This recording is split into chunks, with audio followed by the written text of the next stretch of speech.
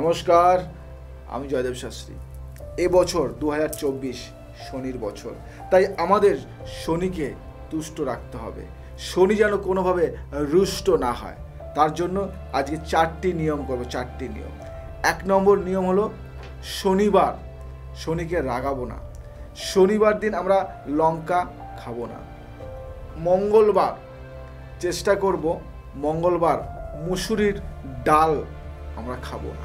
3 নম্বর যেটা করব সেটা হলো আমরা মদ মাংস আমরা খাবো না। এটা খেলে শনি কিন্তু রুষ্ট হয়ে যায়, এবং শনি রুষ্ট হলে তোমাদের অনেকটাই নেগেটিভ ভাইব্রেশন হবে।